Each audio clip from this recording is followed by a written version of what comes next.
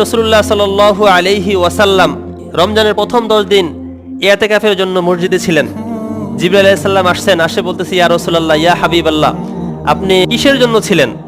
নিশ্চয়ই আপনি লাইলাতুল কদর তালাশের জন্য।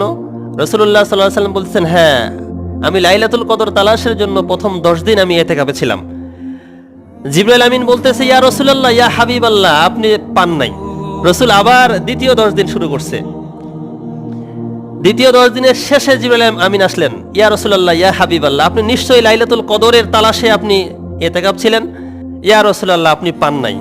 রাসূলের আর বুঝতে বাকি রইল না, এই 10 দিনে অবশ্যই লাইলাতুল কদর আছে। সাহাবীদেরকে ডাক দিয়ে বললেন, ও সাহাবীরা, শুনে রাখো, পিছনের পরে 20 দিন চলে গেছে, আমি লাইলাতুল কদর পাই নাই, সামনের 10 দিন অবশ্যই লাইলাতুল কদর আছে। বিজয় রজনীগুলোতে তোমরা কোশ্চিন কালেও যেন তোমাদের মিস না হয়ে যায়।